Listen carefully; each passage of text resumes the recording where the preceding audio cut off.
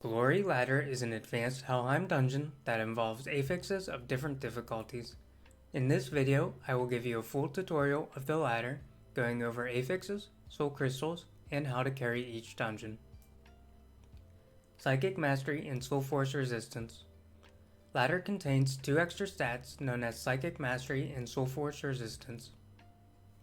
These stats are gained through doing ladder to obtain Soul Force crystals.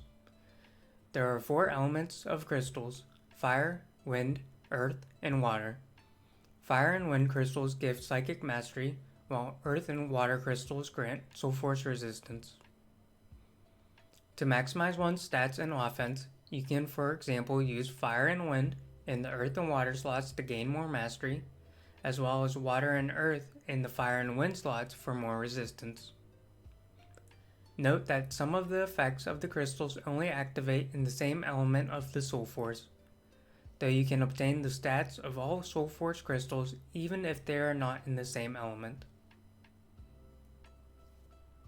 Let's talk about the elements of the crystals and which to activate specifically to help you and your team pass the floors. Fire. The Fire Soul Force is the primary activation for the main DPS in a ladder party. The goal of the Soul Force is to increase one's damage against monsters and bosses. This allows you to clear through dungeons on time to receive rewards and move on to higher floors. The Fire Soul Force crystal needed is Edka. It gives bonus damage in ladder to monsters hit by the Fire Soul Force. Wind.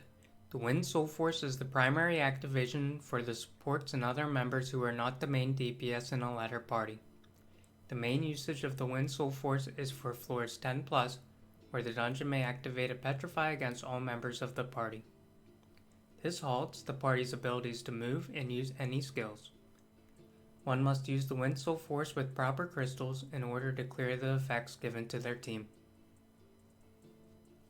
The Wind Soul Force crystals needed are Punk, Joker, and Wind Ghost. With these three, you will be able to remove any status effect within the dungeon floors from you and your team. Affixes.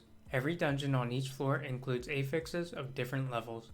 I will briefly go through the ones to worry about and then show you the different ways they affect us and how to prevent them from causing you to fail the dungeon as you lead your team. The Boss Shield. For floors 6 plus, each boss will obtain a shield every 30 seconds. This reduces the damage when no Fire Soul Force is activated until the shield breaks. Status effects. Status effects will randomly trigger off monsters. Most notable ones are fear and slow movement of your character. Damage reduction. In the field, monsters take less damage to your attacks, making it harder or slower to get through the dungeon monsters and bosses. HP increase. Some monsters scale even the mini-boss. This makes it much harder to clear the dungeon during proper timings. You can tell if a monster is scaled by the size difference. 1 HP. It targets 3 players and reduces their HP to 1. It can lead to deaths by blood pool, bombs, poison, tornadoes, or even monsters. Grouped bombs. This places bombs beneath one's feet that detonate within a short period of time. More frequent bombs. This places group bombs more frequently under the player's feet.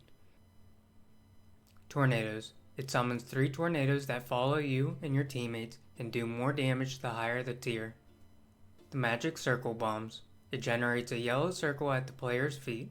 If there is not exactly 2 members in the circles, bombs will detonate. Blood Pool. It summons 1 blood pool under each of 4 members, so you want to move away from the fight and return after they drop. This will especially help melee DPS. Timers within the dungeon are very important. Each affix will activate at certain times or intervals within the dungeon. Knowing these times will help make clearing ladder easier because the affixes are predictable. Timer 1 is the dungeon timer from when you start. If you clear the dungeon before 3 minutes, you will gain rewards and the next floor key. After 3 minutes have passed, you have 1 more minute to gain rewards, but you will not receive the next dungeon key. Note that that each death within a dungeon will cause a penalty from 3 seconds on the lowest floors up to 20 seconds of your time reduced on the higher floors. Timer 2 is the main timer we will focus on to predict affixes within the dungeons. You will find it near the Leave Dungeon button. Throughout the gameplay in this video, I will reference 30-second timing intervals based off of every 30 seconds of Timer 2. First important detail to every dungeon is the starting time. Generally, we follow the rule of starting at 36 or 6 seconds. The dungeons take 6 seconds for the barrier to open once you click start, and you want to start attacking monsters at 29 or 59 seconds to prevent the initial freeze on floors 10 plus. This may vary in some dungeons to give a few seconds to walk to the first minions. The bomb timers. Each bomb affix will go off every 20 seconds. The detonation depends on whether the team is in combat at intervals of 20 seconds and will then appear 2 seconds after if in combat. Knowing these timings will be pivotal for any Wanderer or Bard to give damage reduction to the team. Note, a Guillotine Cross GX can dodge the detonation if they dash to a monster with proper invincibility timing, though I do not recommend. The Wind Petrify. On floors 10 plus there is a Wind Petrify mechanic that appears every 30 seconds on the timer. The team will be petrified if in combat during every 30-second interval change. After petrified, a team member will need to use their Wind Soul Force with proper crystals to allow the team to be able to move and use their abilities again. 1 HP timer. Every 10 seconds, even before starting the dungeon, 3 teammates will be targeted and their HP will be reduced to 1.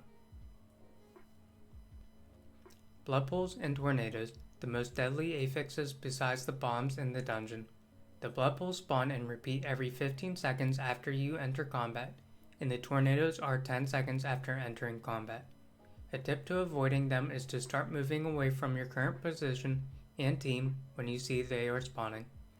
This will allow you to spawn them away from your teammates, and by already moving, they won't cause fatal damage to you or catch you off guard. These dungeons are ranked easiest to hardest, starting with Drake Ghost Ship, Prontera Culvert, Geffen Underground, and Hell Lair, and lastly the Mutant Forest. These are ranked by boss HP and the spawn zone difficulty of monsters.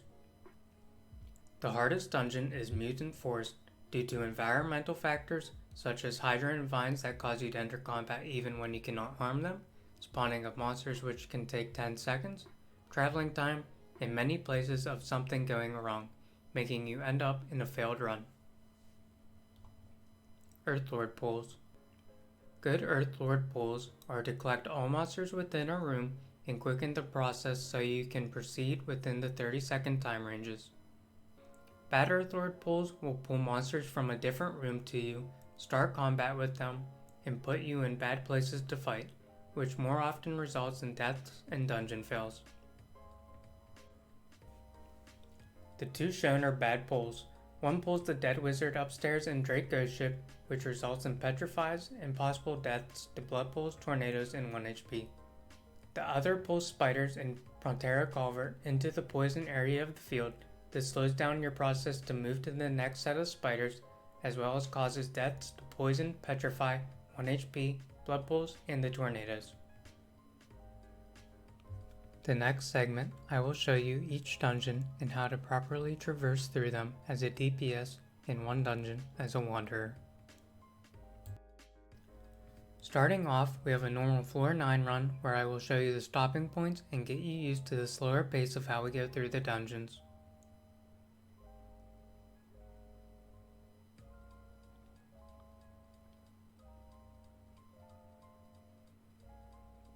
After you load in, the first thing you should do is rally your teammates to follow you, so you are all grouped together before the start. I will start the timer at 1936, making the gate open at 1930. I started early in this case because of the walking distance to the monsters. I am also using the Earthlord pet to show a good Earthlord pull spot in order to clear the monsters quicker. Each combat, we want to defeat all monsters within 30-second time intervals. This is why we start hitting the first monsters after 30 seconds on the timer.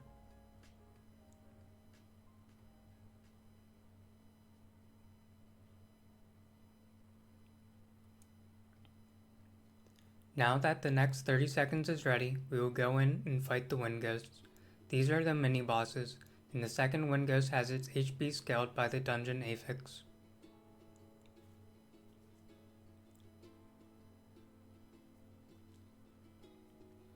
After we kill the wind ghost, we will wait for the next 30-second interval.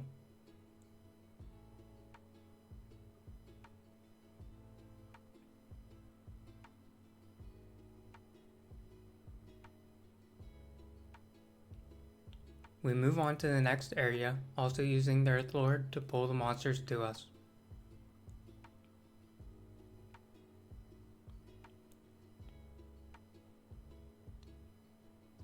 We are about halfway, so we have a minute and a half remaining to defeat the boss, so we will wait patiently for the next 30-second interval.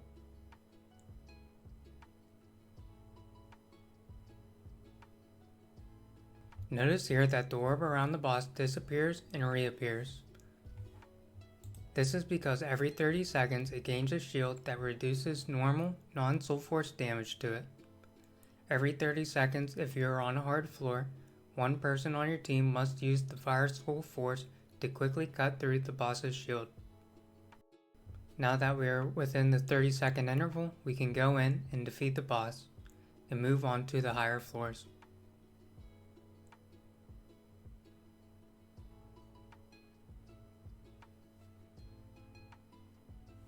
This next run I will showcase involves playing as a wanderer where there are bombs present in the map. Starting off, we want to turn on our auto. I advise being manual for this class with the movement and the damage reduction skill, but I will follow because I am moving the other classes as well. We want to get our ribbon up to maximum stacks in the bottom left before the first 20-second time interval is up to activate our Sincere Sound or Angel.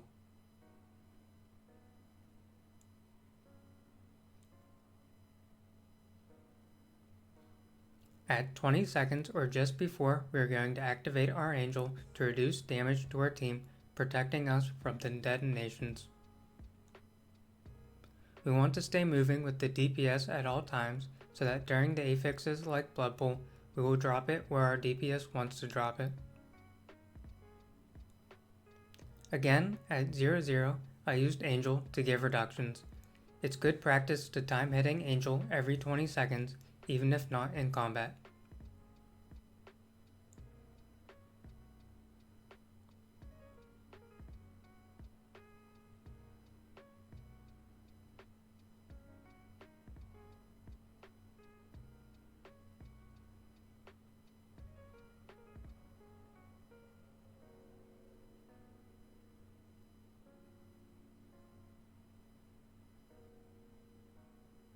Now, we will follow the DPS again and use the damage reduction Angel to protect the team against the bombs. As manual, you'd want to stay on top of your team.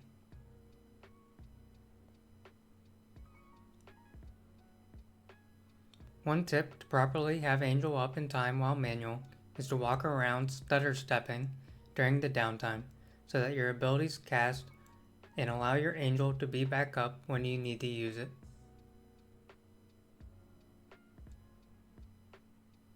This is how you play ladder if you are a wanderer for your team and there are bomb affixes.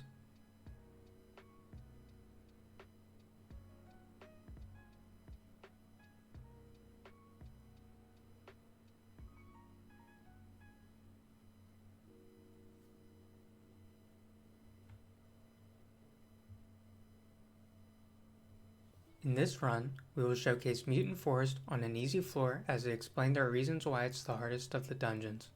For a DPS with converters, you want to use the fire converter for monsters and earth for the boss. The first thing to note is we will start the timer at 43 or 13 seconds due to the time it takes to walk up and activate the stone.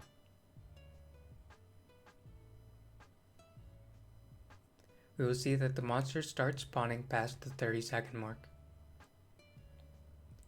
These monsters will spawn over the next 10 seconds. If they are scaled in HP, this makes it very hard to clear them fast.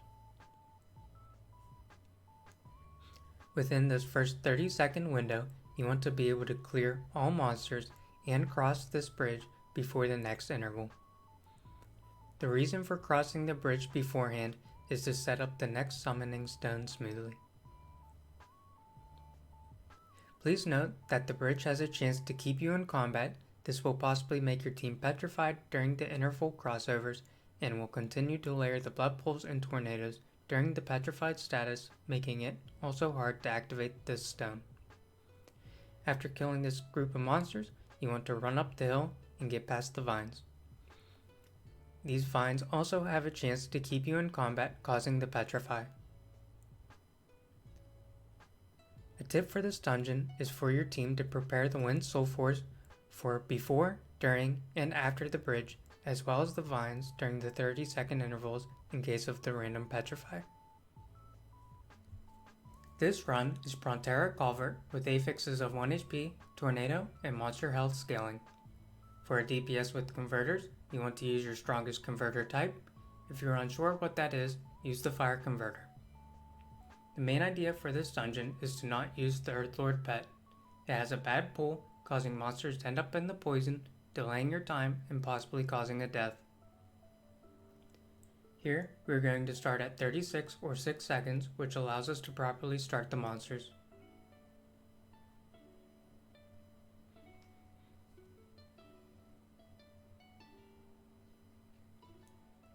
After 10 seconds, the tornadoes will start to spawn, so start moving your characters before they spawn in, as this will help you not take fatal damage from them. Before the poison, we are going to pause because we have the 1 HP affix. If we run through the poison as the 1 HP affix goes off, we have a chance of dying to the poison. If you have time between intervals after the switch, you want to wait beside it. This is especially if you have a Night Watch class on your team. Their range is 20 for spells, and if you are closer, they will hit the next group of monsters. This causes you to petrify during the interval change and can cause other affixes to appear earlier. We're going to clear this group of monsters and move away from the tornadoes as it spawns. If you're quick enough, you can clear the next group of monsters as well within the same interval, but you can always wait.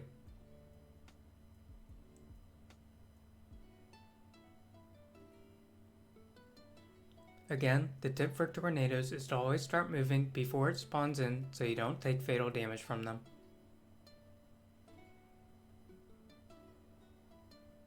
Here, we want to wait back, especially if you have a Night Watch class, because if we're at the top of the ramp, their skills will target the boss, causing you to petrify during the interval change and causing other affixes to appear earlier.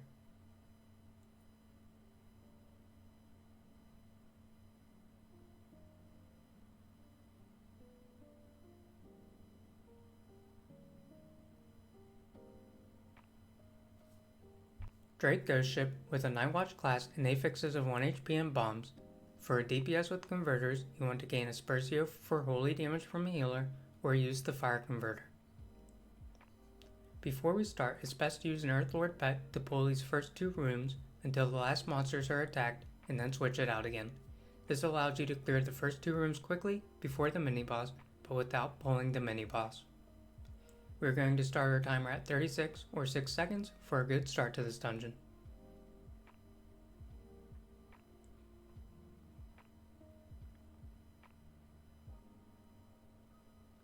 At 20 seconds, our Wanderer will angel protecting us from the bombs.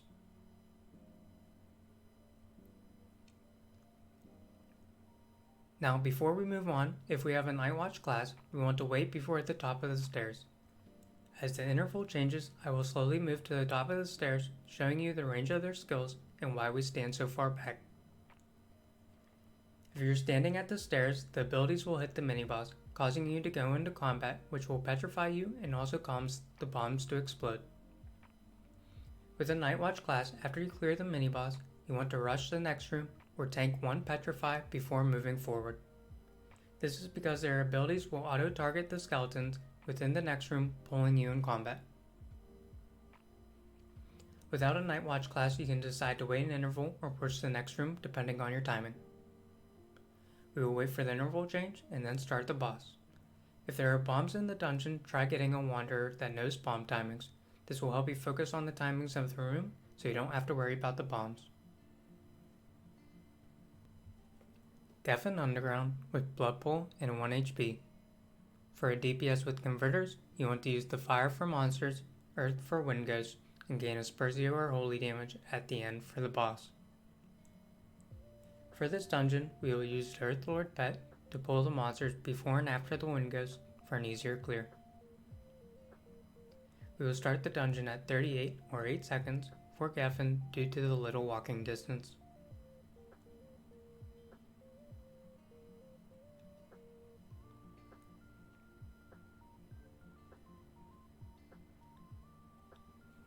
As we start attacking, Earth Lord pulls, allowing us to clear this first set of monsters before the blood pools spawn at 15 seconds.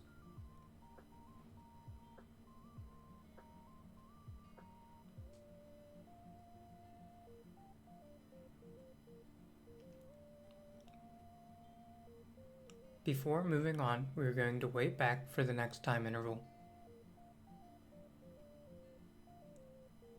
This time, the one wind ghost has scaled with 5 times health, so we are going to use our Soul Force Fire in order to kill it within the time frame.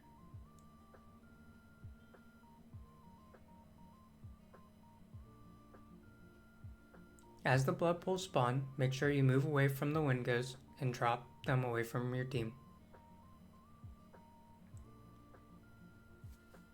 Here, I stopped and took time to change cards. I had medium and wind cards equipped for the wind ghost, and I changed them to medium and demon for the boss.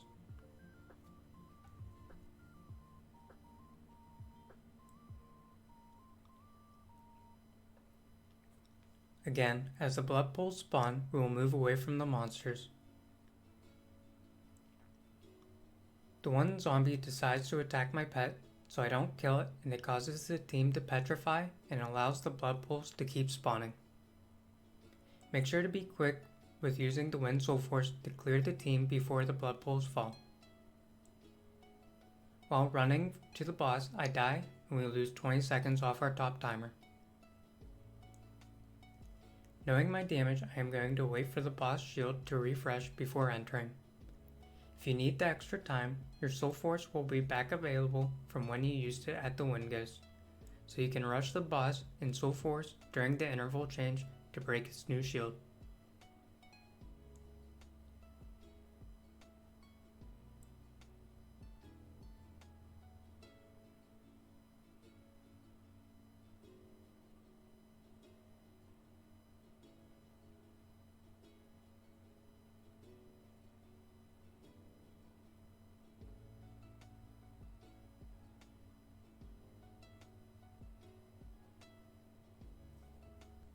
The Ant Hell Lair with tornadoes and HP scaling. For a DPS with converters, you want to use the Fire Converter. For this dungeon, we are going to use Third Lord Pet to pull each individual room for faster clears.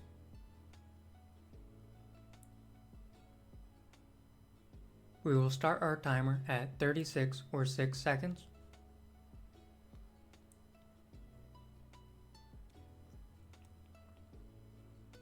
To start, we will pull the first room with the Earth Lord pet.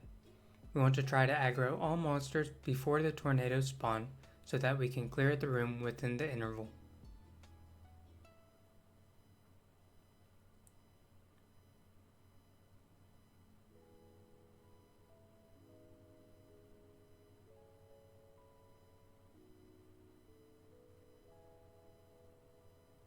After we kill them, we will wait until the timing interval changes over to move on to the next room.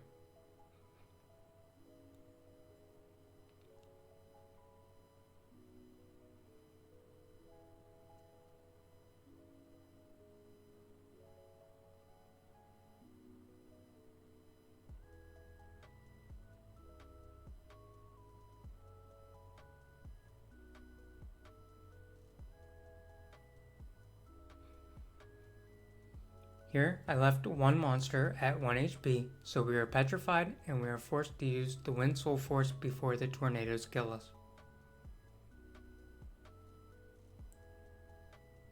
Moving on to the next room, we want to use the Earthlord pet to pull to make the clear easier. This clear was slightly slowed due to the tornadoes again, so we will use the Wind Soul Force from a different member to clear the Petrify. Generally, as we clear this room, we want to switch out the Earthlord pet, so we do not pull the next room, but since we're into the next interval, we want to keep moving.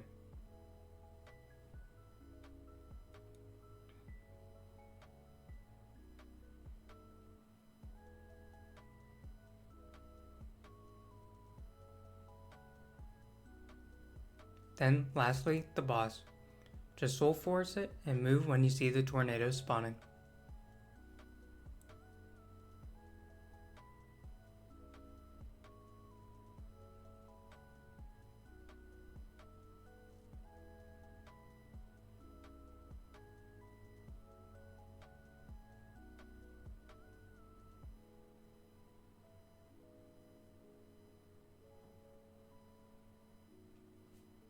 This last run showcases Prontera Culvert, where with the proper damage and timings, we will skip the blood pools and the tornadoes.